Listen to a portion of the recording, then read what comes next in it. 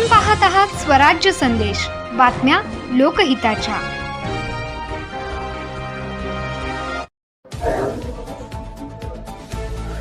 परांडा सोनारी रोडवर हॉटेल मैत्री पार्क जवळ भीषण अपघात। अपघातात दुचाकीस्वार जागीच ठार।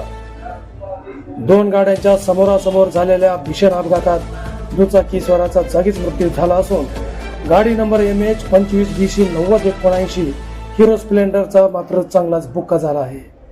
झालेल्या अपघातामुळे परिसरात शोककळा।